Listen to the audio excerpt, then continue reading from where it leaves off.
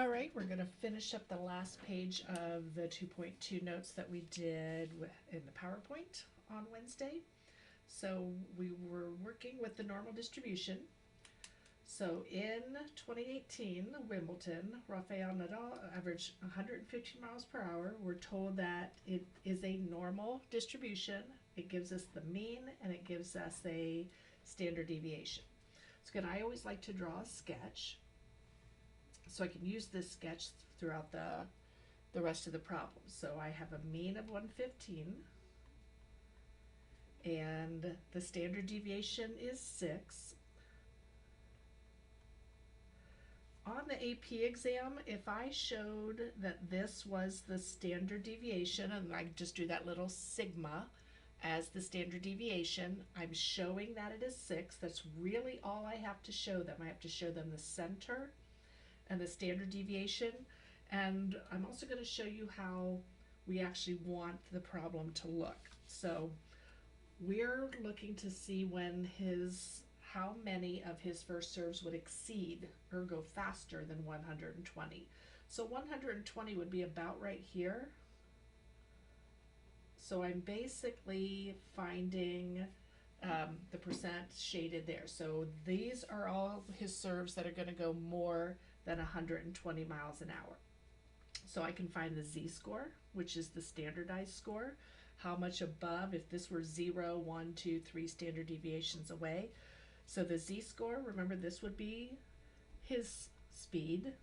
I want to know how far 120 is away from the mean.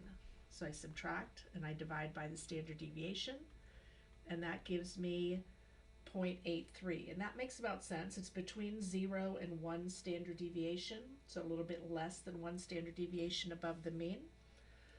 So I want to know what's the probability that z is greater than 0.83. And I actually started with what's the probability that x is greater than 120.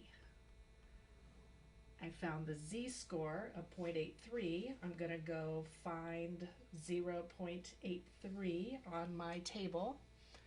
So 0.83. So I find 0.8, I find 0.3, and it's 0.7967. So this is, but again, remember, this is 0.7967 because it always gives us what is shaded to the left. So I have to do 1 minus 0.7967, and that will give me 0.2033.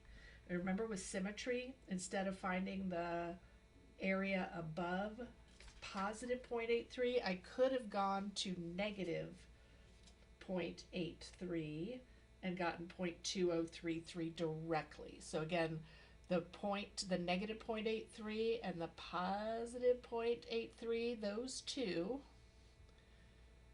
the negative and the positive, those two together should add up to one whole. So again, up here, it's always showing you, this table is giving you the area below the z-score you're looking at. So again, if I draw my picture, I know I shaded less than 50%, so 79% wouldn't even make sense.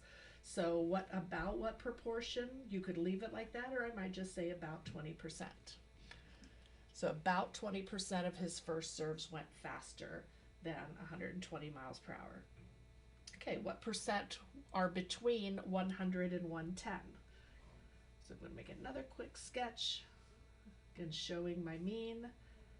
Now this one's below, so I'm actually going to subtract 6, so that would have been, what, 109? So again, I'm showing the standard deviation is 6, I'm showing the center. So 110, 100, so 100 is going to be somewhere down here, and 110. So again, we're looking for about that area. Again, less than 50%. So if I go from 100 to 110, I want to know what percent is there. So I'm going to find, so again, I could write it like this: what's the probability that x is between 100 and 110? These are continuous distributions, so it really doesn't matter whether I say less than or equal to, even though between means non-inclusive, but it wouldn't matter with this, with a continuous distribution. So I'm going to find z-scores for both. So the z-score at the 110. So at 110, we are negative 0.83 standard deviations below the mean. And at 100, we are negative 2.5 standard deviations below the mean. So what's nice is we just actually did this one in the last problem. So the negative 0.83 is our 0.2033. So the z-score here gives us 0.2033 to the left. And if I look up negative 2.5, so negative 2.50 is going to be 0.0062.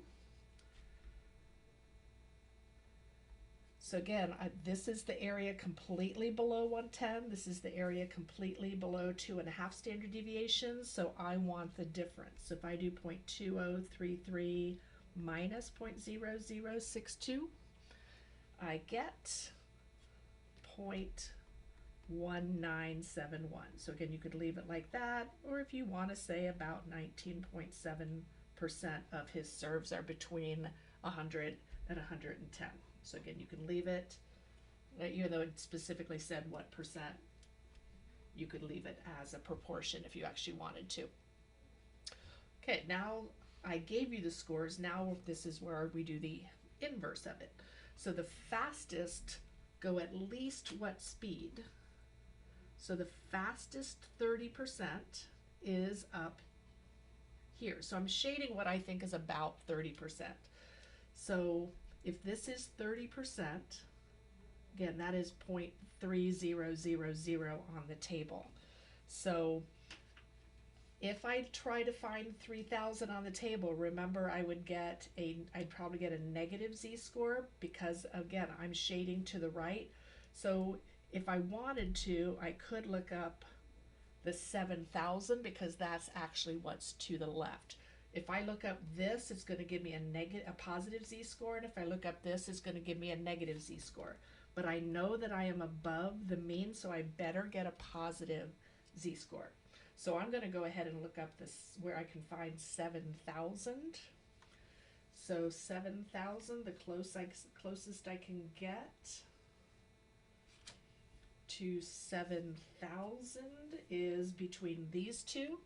And this is a little bit closer, so I'm going to say 0.52. So we're basically just a little more than half a standard deviation above the mean. Now I'm going to use my z formula. So z I know is 0.52. I'm looking for what is the score right there. I don't know that, but I still know the mean is 115, and I still know the standard deviation is 6. So if I cross multiply, do my algebra, if I multiply both sides by 6, I'm going to get 3.12 equals x minus 115. Then I'm going to add 15 to both sides and get 118.12. So the fastest go at least what speed? Again, we can round that off. So at least 118 miles per hour. So anything 118 and above is going in the top 30% of his fastest first serves. What is the interquartile range for the distribution of his first serves? So we did on the previous page, if I'm doing quartiles, then this represents 25%, and this represents, so at the third quartile, I'd be at 75%. So I'm going to look up 0.2500, and we actually did this previously, and we found it to be negative 0.67 is the z-score for the lower quartile. And that means that z equals positive 0.67 would be where the third quartile is. That's how many standard deviations above the mean it is. So we want to know the interquartile range, so I'm going to do what I just did here twice. So I'm going to set 0.67 equal to x minus 115 over 6, and I'm going to set negative 0.67 equal to x minus 115 over 6. So I'm not going to do the algebra with you like I did with that one. So if we do this one, we get x is about 119. And when we do this one, we get x is about 111. So the interquartile range would be, so this one would be the 119, this one down here would be the 111, so the interquartile range is 119 minus 111, or 8 miles per hour is the interquartile range. So that's our quartile 3 minus our quartile 1 value. Okay, so we have a different player. He has a standard deviation of 8, and his first serves 20% go less than 100 miles per hour. So again, if it is approximately normal, we want to know what the mean is. We want to know what the average first serve is. So we know this. So again, drawing a picture helps me a lot. I'm looking for 20% go less than 100. So I'm going to estimate that that's about 20% that I'm shading. So 20% change to a proportion, 0.2000. And I know that the value here is 100. What I want to know is what is the center. Again, I'm using the Greek letter mu for the center of the normal model. And I also know the standard deviation is 8. So again, I need to look up the z-score at 2000, and I know it's negative, so I'm going to look over on the negative side. How close can I get to 2000? So I'm getting closer and closer. So this seems to be as close to 2000 as I can get, so I am at negative 0.84. So my z-score here is negative 0.84. This is my x. So in the formula, I'm setting my z-score equal to 100 minus the mean divided by the standard deviation. So again, I can just use algebra. As long as I know 3 parts, I can find the missing one. So again, if I cross, whoops, negative 0.84, I'm below 0. So again, if I do my cross multiplication, I get negative 6.72 equals 100 minus mu. If I subtract 100, I get negative 106.72 equals negative mu, so positive mu would be 106.72. So what is his average first serve speed? Around 106, and you can, so that would be my answer. And that finishes up our notes of doing this all by hand and using the table.